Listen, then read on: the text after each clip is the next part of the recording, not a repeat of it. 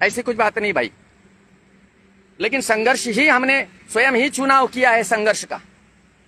तो जब संघर्ष करते करते कांटों के पहाड़ों से गुजरना होगा, पथरीले रास्तों से गुजरना होगा हमें, तो हमें उसका सम्मान करना होगा। वो बता करके रोना और गिड़गिड़ाना नहीं होगा। टकराव होगा, संघर्ष होगा, हत्या ये भी हो सकती है, हमारे हाथों से भी हत्या हो सकती है, हमारी भी हत्या हो सकती है। वो तो प्रसंग है। जब युद्ध होता है तो किसी न किसी को मरना पड़ता है, किसी न किसी को मारना पड़ता है। ये युद्ध है हिंदुस्तान को सुरक्षित, स्वच्छ और स्वतंत्र करने का। यहाँ पर प्राणों का बलिदान किसी को भी देना पड़ सकता है, और प्राण किसी के भी किसी भी वक्त लिए जा सकते हैं। तैयार होना आप इस युद्ध के लिए। मैं एक बात, एक दो दिन में लाइव आने वाला इस मुद्दे पर, कि अकबरुद्दीन ओवैसी ने कहा था 15 मिनट के लिए पुलिस हटा दो। उस मुद्दे पर मैं जो बात बोलूंगा, याद रखना साथियों, कि उसके जैसा भाषण कहीं आपने दोबारा नहीं सुनने मिलेगा। मैं जरूर उस विषय पर बोलने वाला हूं, लेकिन आज मैं हमारे एक बहुत महान योद्धा, जो आज वर्तमान में कोटा में निवास करते हैं, वो महान योद्धा गुरु गोविंद सिंह जी के वंशज है। वो महान सिख गुरु गोविंद सिंह जी के वंशज है प्रिंस सिंह भाई सेंगर, जिनकी मेरी प्रत्यक्ष मुलाकात हो चुकी है, जो एक महान योद्धा है, मुझसे भी कई गुना बेहतर है, जिनकी कमेंट को मैंने पिन करके रखा है। ये हमारे प्रिंस सिंह भाई सेंगर। मैं प्रिंस सिंह भाई को हृदय से आशीर्वाद देता हूं, आप यशस्वी हो, और राजस्थान सरकार के किसी भी अल्टीमेटम से आपको डरने की कोई आवश्यकता नहीं है। पूरा हिंदू समाज आपके साथ है, पूरा हिंदुस्तान आपके साथ है, हर हिंदुस्तानी योद्धा आपके साथ है, जो हिंदुस्तान से प्रेम करते हैं वो सभी आपके साथ है, हर माता बहन आपके साथ है, हर सन्यासी आपके साथ है। मेरे साथ कम से कम 5000 सन्यासी जुड़े हुए हैं। वे सारे के सारे 5000 सन्यासी आपका समर्थन करेंगे। प्रिंस भाई ने केवल एक स्टेटमेंट दिया था अभी 8 दिन पूर्व, 6-7-8 दिन हो गए। उन्होंने कहा था कि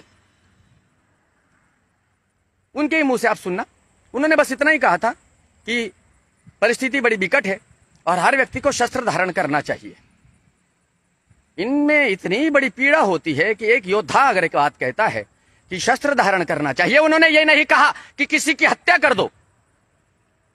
लेकिन इतने बात से डर गया ये अशोक गहलोत, मुंह में सुपारी लेकर के बात करते हो और दूसरे के शब्दों पर प्रहार करते हो। अरे एक पैर तुम्हारा घर में और एक पैर तुम्हारा मृत्यु के शिखर पर है, और फिर भी देशहित की भावनाओं को किनारे कर आप इस प्रकार की गंदगी समाज और राजस्थान को दे रहे। ये बहुत बड़ी पीड़ा का विषय है।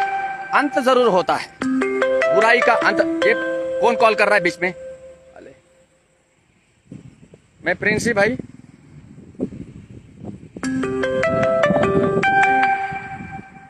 मैंने प्रिंस भाई को ऐड किया है, और प्रिंस भाई अपनी बात कहेंगे 2 मिनट, उसके बाद इस लाइव को बंद करूंगा। मैं यही कहूंगा कि जब भी कोई योद्धा युद्ध करता है, लड़ता है, तो ये कानून के जो रक्षक है, जो अपने आप को कानून के रक्षक मानते हैं, पुलिस हो या फिर न्यायालय हो, ये बिना जांच पड़ताल किए ही हमारे योद्धाओं को अंदर कर देते हैं। ऐसे प्रसंगों से सारे गुजरे हैं, हम भी गुजरे हैं। प्रिंस भाई को मैं ऐड किया है, 2 मिनट। मेरा मुद्दा केवल आज प्रिंस भाई को लेकर ही था, इसीलिए मैं बस उतना ही डिक्लीन हो गया। प्रिंस भाई जल्दी नेट में आ जाओ, तो फिर बोलने में थोड़ा आनंद आएगा मुझे, अन्यथा फिर मुझे अपना ये लाइव हटाना पड़ेगा। तो साथियों, ये बहुत बड़ी साजिश है। और अभी 20 तारीख को एक सुअर का नाच, हाँ, हमारे प्रिंस भाई, स्वागतम प्रिंस भाई। प्रिंस भाई कैमरा रोटेट कर दो, कैमरे को जरा रोटेट कर दो। हाँ, बस ये है। मैं आपका परिचय दिलाता हूँ। वैसे आपका वंदे मातरम, भारत माता की जय। ये है हमारे प्रिंस भाई। प्रिंस भाई जरा 2 मिनट आप अपनी चर्चा करो, साथियों के साथ मैसेज पहुंचाओ। आपके साथ जो जाति की राजस्थान सरकार ने, वो निश्चित रूप से वो घृणास्पद है, और ये दंड नीति जो है ये पाप का निश्चित रूप से कारण बनेगा, और राजस्थान सरकार को इसके अंजाम जरूर भुगतना पड़ेगा। इस बार राजस्थान में सरकार के साथ राजस्थानी जनता क्या न्याय करेगी ये सब जानते हैं, लेकिन अब वो टिमटिमाता दिया हमारे हिंदू योद्धाओं के साथ जो गैर प्रकार की हरकतें कर रहा है। एक बार मुझे काट के वापस, आवाज डबल आ रही है।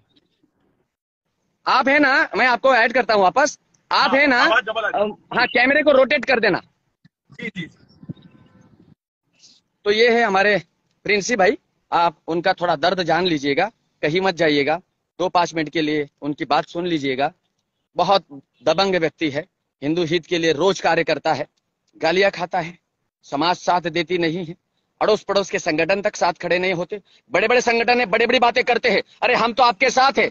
आचार्य सूर्य सागर को भी कहा जाता है कि अरे गुरुदेव जहां आपका पसीना बहेगा खून की नदियां बहा देंगे हम, बातें बड़ी बड़ी करते हैं। अरे तुम पसीना क्या बहाओगे, मेरे लिए खून की नदियां क्या बहाओगे, मेरे मुट्ठी में उतनी ताकत है, मैं अकेला काफी हूं। केवल मोरल सपोर्ट आप करो, हमारा उतना ही चाहिए, बस खून की नदियां बहाना हम, हमारे खून में वही है, हम वही काम करते हैं।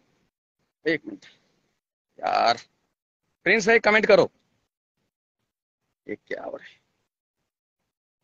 प्रिंस भाई ये कमेंट करो कोई, क्योंकि आप, प्रिंस भाई ये कोई कमेंट करो, प्रिंस भाई ये कोई कमेंट करो।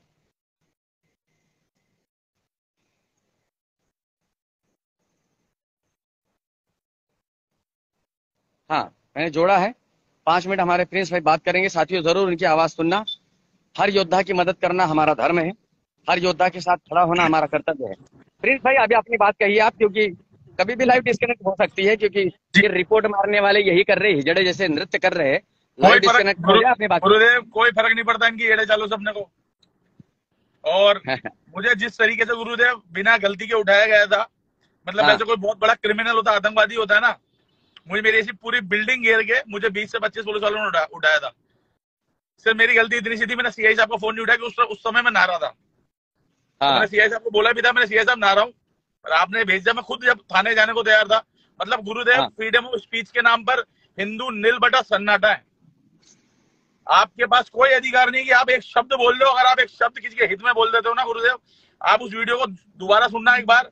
मैंने ना उसमें किसी को बोला अवैध हथियार रखो, ना मैंने किसी को गलत बोला, मैंने सिर्फ सेल्फ डिफेंस में, और सेल्फ डिफेंस का अधिकार हमें हमारा संविधान देता है, हमें हमारा देता सुप्रीम है। कोर्ट का ऑर्डर है। अगर मैंने कोई की बात रख दी कि मेरे कोई भी भाई बहन अपनी आत्मरक्षा में बचाव कर ले, तो उसमें मैंने गुरुदेव ऐसा क्या गलत बोल दिया था कि मुझे 7 दिन जेल कर दी उन्होंने। और मेरे को बुलाया सिर्फ था पाबंद होने के लिए कि आप आना और पाबंद हो जाना। मैंने कहा ठीक है साहब, मैं आ जाता हूँ, पाबंद हो जाऊंगा, कोई दिक्कत नहीं है। पर मेरे ऊपर 153 धारा लगाएगी, 2-3 धारा और लगाएगी। और दूसरी चीज, सबसे बड़ी बात गुरुदेव, मेरे को मेरी रिपोर्ट हुई है अपने गुमानपुरा थाने में, और मुझे उठाया कैथूनगोल थाने से। आप षड्यंत्र देखो इन लोगों का कितना कैसा षड्यंत्र है। जेल की जो टाइमिंग होती है वो भी 7 बजे होती है छूटने की। इन्होंने समय से पहले छोड़ा है ताकि कोई मतलब मुझे को लेने ना आ पाए या ऐसा कुछ कर पाए। मेरे घर वाले तो प्रेशर में थे कि आप इसको मना करो, ये करो। गलत क्या बोला था गुरुदेव, मैं इतना जानना चाहता हूँ बस। ना आपने जो स्टेटमेंट दिया उसमें हिंदू मुसलमान का कोई प्रश्न ही नहीं आता है, ऐसा कोई स्टेटमेंट आपका था ही नहीं। फिर आपके ऊपर 153 ए लगाने का कोई औचित्य नहीं बचता है, बल्कि आप ही राजस्थान सरकार के खिलाफ एफआईआर कर सकते हो, और आपका वो नैतिक अधिकार है, मौलिक अधिकार है, आप कर सकते हो। कार्य तो मैं करूंगा पूरा, अगर मुझे छेड़ा है हाँ तो मैं छोड़ूंगा किसी को नहीं। हाँ जब मैं गलत नहीं था, बिना बात मतलब, मैं कहता गुरुदेव कहते ना पुलिस बदमाश पैदा करती है, हाँ तो ये यही लोग बात इतना सत्य है। मजबूर कर रहे हैं कि हमें खुद हथियार उठाना पड़ जाए, ऐसी हालत कर देते हैं लोग। अहमदाबाद में पुलिस मार खा करके गई, मेरे यहाँ से 15 किलोमीटर दूर पुलिस मार खा गई, तुम्हारे राजस्थान में मार खा गई है। गुरुदेव और मैंने स्पष्ट शब्दों में कहा था, मैंने एक ब्रीड के कुत्ते पागल हो चुके हैं, ये खाकी वालों को भी काटेंगे और सिविल वालों को भी काटेंगे। ना कोई बात नहीं, आप अपना कार्य करते रहो प्रिंस भाई, आपके साथ देश का हर युवा खड़ा है, हर हिंदू आपके साथ खड़ा है। और जो आपके संगठन वाले हैं, आजू बाजू के कोटा वाले, उनसे मेरी बात जरूर करवाइएगा, और उनको कहो ये मुर्दों जैसा व्यवहार न करे। अगर एक हिंदू संकट में पड़ता है तो कल तुम भी संकट में पड़ने वाले हो। हिंदू होकर अगर हिंदू का साथ नहीं देंगे, पहले जमाने में राजाओं ने यही गलत काम किया, अगर वो उस समय गलत कार्य नहीं करते, एकजुट होकर के पृथ्वीराज चौहान के साथ खड़े होते, निश्चित उस समय शिवाजी के साथ खड़े होते, महाराणा प्रताप के साथ खड़े होते, तो आज ये मुगलों की औलादे मेरे देश में। राजा रतन सिंह का साथ उस टाइम हर राजपूत हर हिंदू दे देता ना, तो जोहर कभी नहीं होता। और ये जितने भी लोग हैं ना, मरने के बाद इनको किसी के अंदर आदमी के गुरु गोविंद सिंह जी दिख जाएंगे, किसी को परशुराम दिख जाएगा, पर ये जीते जी साथ नहीं देंगे लोग किसी का। ये मरने के बाद उसको भगवान बना देते हैं। और मैं तो फिर भी कहता हूँ, मेरे साथ कोई गुरुदेव खड़ा हुआ या नहीं हुआ, मैं कोटा की धरती पर और हिंदुस्तान में जहां तक मैं पहुंच सकता हूं या मेरा संगठन पहुंच सकता है, मैं हर उस व्यक्ति के साथ खड़ा हूं जो मेरे साथ नहीं खड़ा था, क्योंकि मेरा दायित्व खड़े होना है। मैं प्रिंस भाई, मरते दम तक हिंदुत्व के लिए लड़ाई लड़ता रहूंगा, सनातन धर्म के लिए लड़ाई लड़ता रहूंगा। प्रिंस भाई, आप एक सच्चे सिख हो और सच्चा सिख कभी डरता नहीं। जो झूठा सिख है वो जाकर के लाल किले पर तिरंगा उतारकर वहां पर अपना खालसावादी झंडा गाड़ता है, वो सिख आप नहीं हो। आप सच्चे गुरु गोविंद सिंह जी के अनुयायी हो और उन्हीं का रक्त आपके धमनियों में बहता है। डरना नहीं है। मृत्यु से तो हम हिंदू डरते भी नहीं है। वैसे कुछ भी हो जाए हम तो आपके साथ थे और आज भी और आगे भी रहेंगे।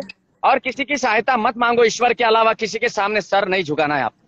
गुरुदेव, मेरा सर या तो मेरे 10 गुरु के आगे झुकता है या मेरे श्री मकरध्वज बालाजी के आगे, या मैं आपको नमन करता हूँ और गिनती के हिंदुस्तान के वीर योद्धा जिनको मैं पसंद करता हूँ हृदय से। आपके साथ छेड़ी है तो ना गुरुदेव मैं डरता हूँ किसी से, ना मेरे को कोई भय। ऊपर वाले का इतना बड़ा आशीर्वाद है मेरे ऊपर कि मेरे पिता तक मेरे साथ खड़े थे। उन्होंने एक बार ये नहीं बोला कि बेटा तेने गलत किया। साफ शब्दों में उन्होंने कहा था बेटा तेरी कोई गलती नहीं है, तू लगा रहे, तेरे साथ तेरे पापा खड़े।